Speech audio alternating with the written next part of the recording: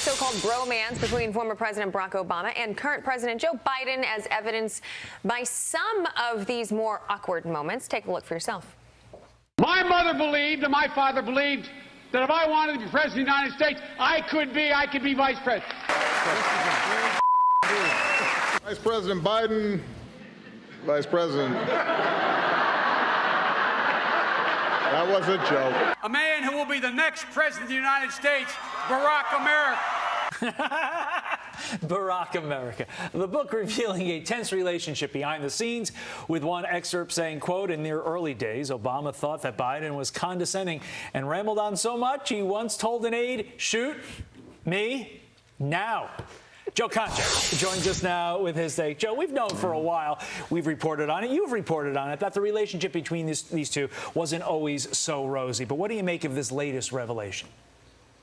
You know, I just don't quite get it, Todd. I mean, I could swear I saw a tweet from Joe Biden during the 2020 campaign sharing the fact that Barack and Joe were BFFs. There's literally a friends bracelet. I'm looking at it right now on my computer screen, and a photo of it that Mr. Biden shared, complete with smiley faces and flowers and everything. Because the guys on my beer pong team, on my softball team here in Jersey, we always share our friendship bracelets on social media because that's totally normal. It's also Sarcasm Thursday, so embrace it. It's what men do. It's what exactly.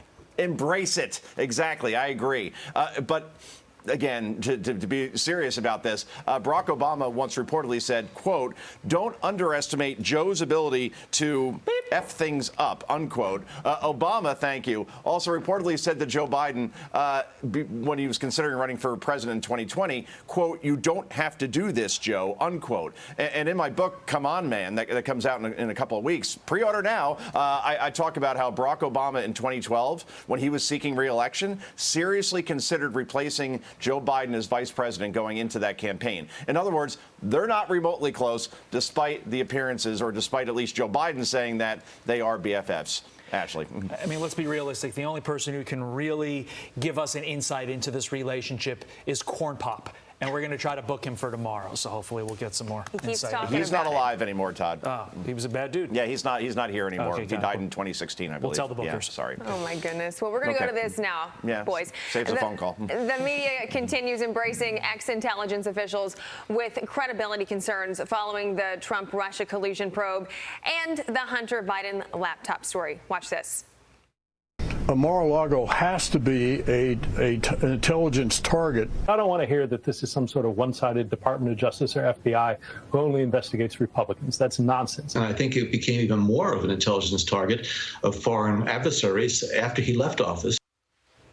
You know, Joe, these are also the same people and news outlets that totally just pushed the Hunter Biden laptop story under the rug like it didn't happen. So, I mean, what gives here?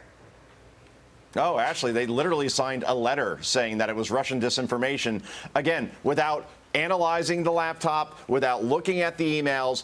When that New York Post story broke in October 2020, the folks you just saw, like John Brennan, former CIA director, now MSNBC pundit, and you literally can't tell the difference between, Keith Olbermann and John Brennan at this point, or James Clapper, former head of DNI, or Peter Strzok, who, you remember the text messages with his girlfriend, Lisa Page, talking about insurance policies and making sure Donald Trump never gets elected. Strzok's on MSNBC and CNN all the time. Clapper signed with CNN. As I said, Brennan with MSNBC, Lisa Page signed with MSNBC. In other words, all these people who are completely discredited, who have shown that they were anything but apolitical while in their positions at CIA, at DNI, at the FBI, like Andy McCabe, who signed with CNN as well, who was fired for leaking to the press. They're all now experts in lecturing us on ethics within the intelligence community. It's quite remarkable, and it just shows you that those other networks will sign people despite being completely discredited just to go off on the former president and Donald Trump. That's their one purpose for being there. But again, they show, or at least it should be disturbing, that while they were in office, while they were in government, they should have been apolitical, look at things objectively, and just enforce the law and investigate crimes. And instead, or at least people that could commit crimes, and instead now we see them on TV and they sound as partisan as anybody else. And that should be something that's very concerning to people, that they're exposed exposing themselves for the biases that they have. Yeah, there are a lot of other people that could be hired for these jobs that are experts in the CIA, the FBI, and the way things work. They're choosing these discredited people, per your point, just because of Trump, just because it's going to get eyeballs, even though these people are not the best people for the job. You know who is the best person for the job? One Joe Concha. That's why we have him every single day in the 5 a.m. hour. Joe, thank you. Thanks, Joe. You got my Venmo, so thanks, Todd. I appreciate the compliment. It's good to see that works. We appreciate it.